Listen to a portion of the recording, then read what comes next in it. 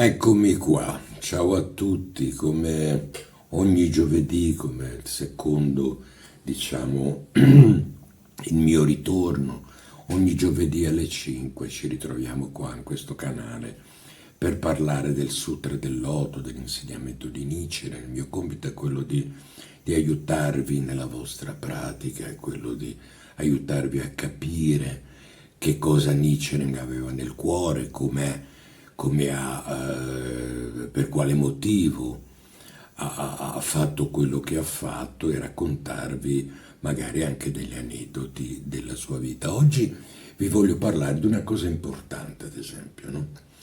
Per quale motivo Nichiren ha considerato il secondo capitolo come molto importante. Ma prima di parlarvi di questo, vi voglio ringraziare per tutti gli abbonati che abbiamo fatto. Per gli abbonati, tra l'altro, hanno delle cose molto, molto preziose, no? Perché sono file audio, sono scritti in PDF che poi saranno contenuti nei miei prossimi libri. È una biblioteca sia audio che da leggere, che è molto importante, che io vi consiglio. Grazie se volete abbonarvi e grazie se vi iscrivete a questo canale. Ma andiamo all'argomento di oggi, il secondo capitolo. Per quale motivo Nichiren diceva che il secondo capitolo era importante? Allora, al tempo di Nichiren il Giappone stava vivendo un periodo davvero confuso. La miseria degli uomini era a dei livelli molto alti, le persone non avevano dentro di loro la speranza, e tutto era confuso, soprattutto la violenza dilagava nelle strade. Le persone stavano male e tutto sembrava molto difficile per le persone che non avevano un lavoro, per non avevano una famiglia, una speranza per il futuro. Nichiren era molto consapevole di questo, lui stesso era di famiglia molto utile, quindi sapeva quali potessero essere i pensieri dei poveri. La vita umana non aveva molto valore e tutto era precario, la speranza di cambiare la propria condizione sociale, credimi, era davvero minima e soprattutto non per tutti. I ricchi erano ricchi e i poveri erano poveri, così come adesso, non è che sia cambiato molto. Nietzsche aveva nel cuore il desiderio di aiutare le persone e ogni giorno della sua vita era precaria, perché molte persone avrebbero avuto dei riconoscimenti se si mostravano ostili nei suoi confronti. Nietzsche era consapevole di questo e quindi la paura lo accompagnava davvero in ogni frangente della sua vita. Nonostante questo, Nietzsche non ha mai perso la speranza di essere davvero utile alle persone. Sognava dentro di lui che le persone un giorno si sarebbero accorti del suo cuore e della sua compassione. Nichiren era un monaco e a quel tempo essere monaco voleva dire dedicare la propria vita agli umili. Certo, non tutti, e Nichiren si scagliava, lo sapeva bene, spesso si scagliava contro quelli che usavano la loro situazione per arricchirsi o allargare il loro potere. La gente pregava il Buddha Amida, il Buddha Amida, che per molti era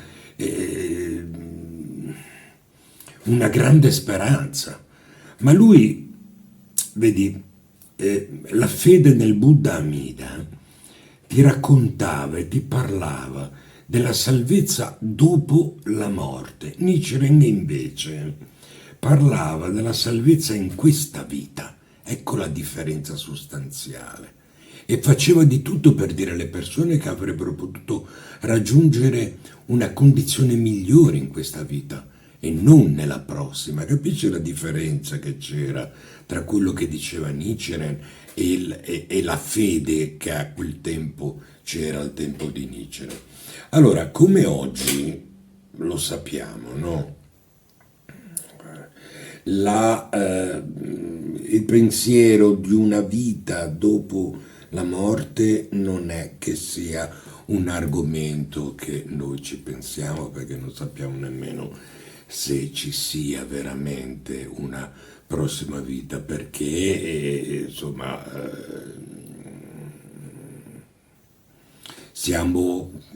la nostra vita è precaria, no? Io lo so bene con quello che mi è successo e lo so bene che può cambiare tutto in un attimo, che può cambiare immediatamente tutta la tua vita e tutto il tuo vivere.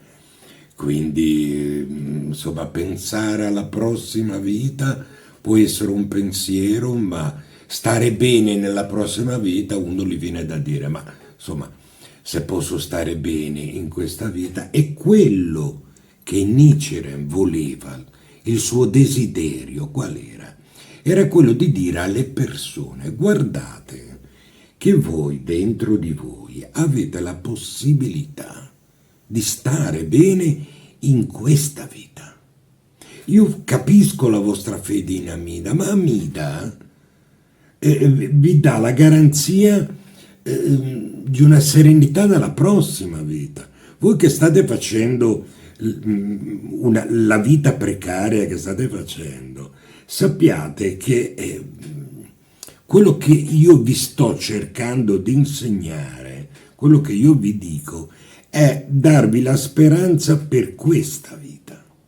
No? Capisci la netta differenza che c'era? Ora, che cosa succedeva? Che quando le persone lo sentivano parlare così, vedevano e sentivano le sue parole come un'offesa ad Amida. Ed Amida era la loro speranza, no? E di conseguenza se la prendevano con lui. E di conseguenza molte persone avevano tentato di ucciderlo, e questo lui lo sapeva benissimo, e la sua vita ogni giorno era precaria, no?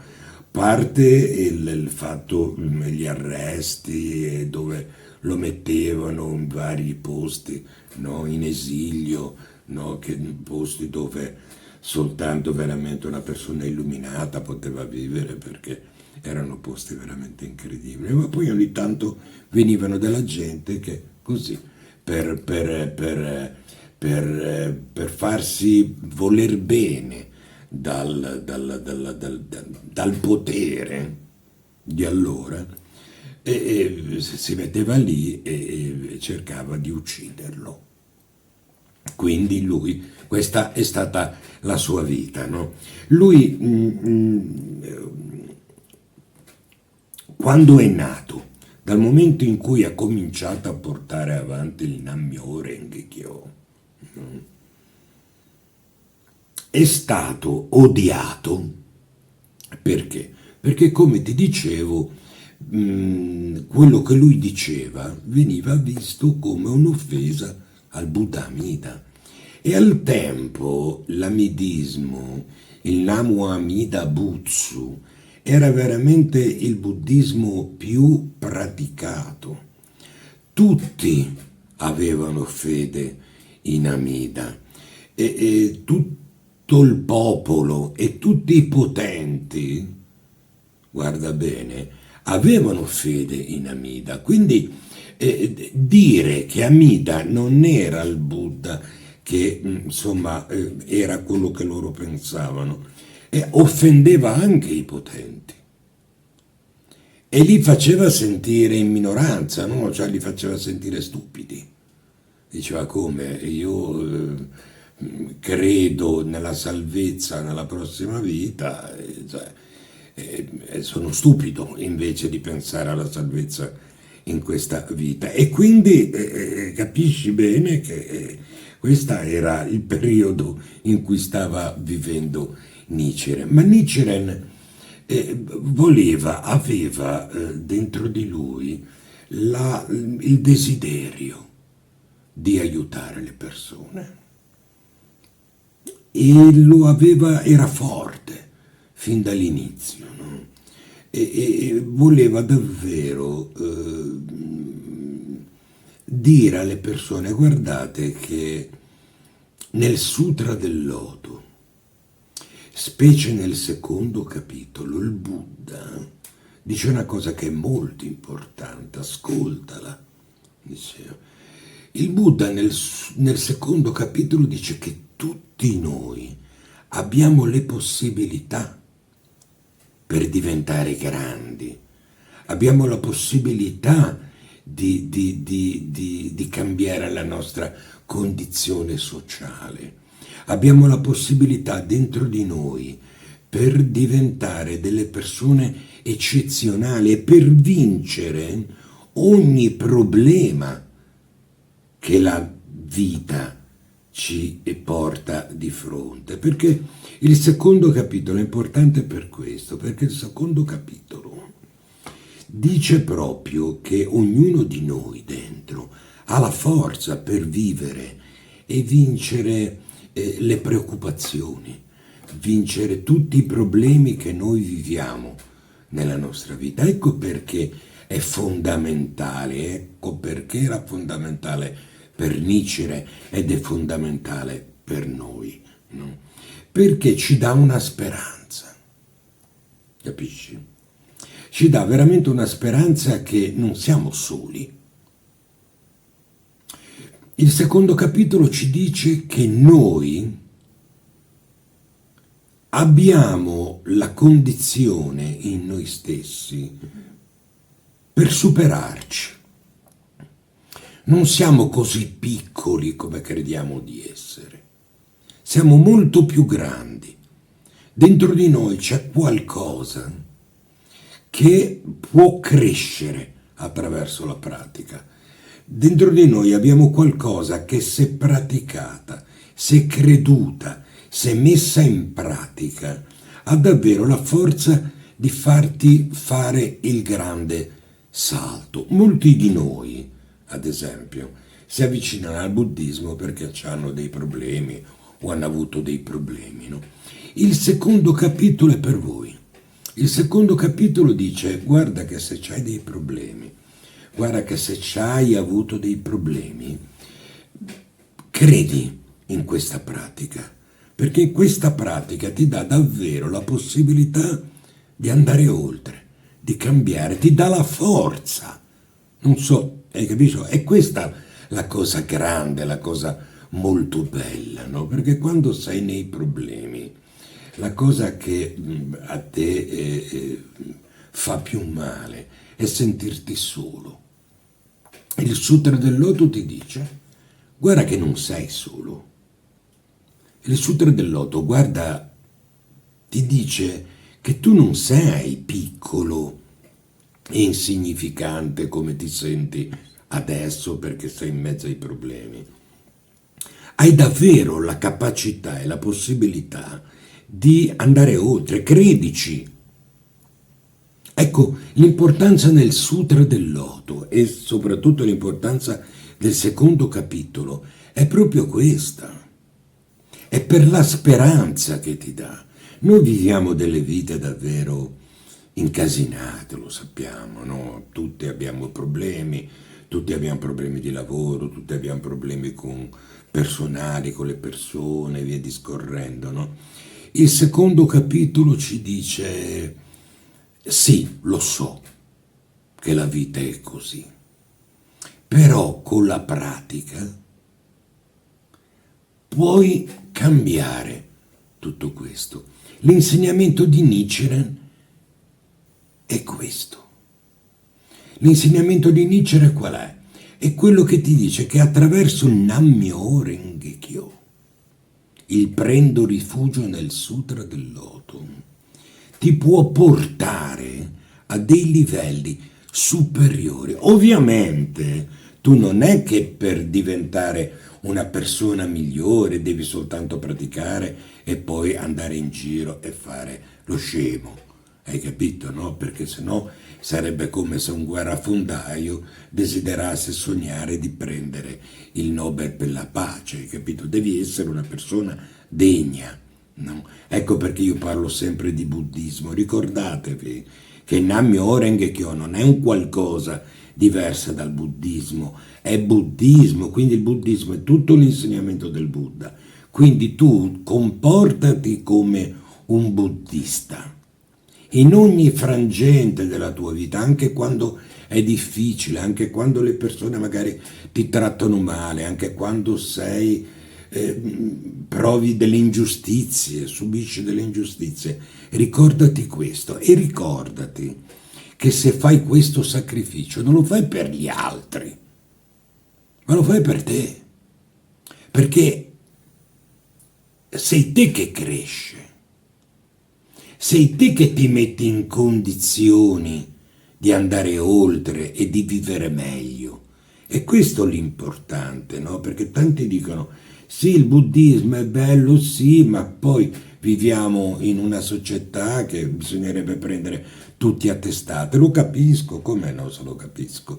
Però il Buddha ti dice, no, no, non è così che si vive. Quando tu fai del male, hai del male. Quando tu riempi la tua mente di pensieri maligni, no? E questi pensieri diventano la tua vita.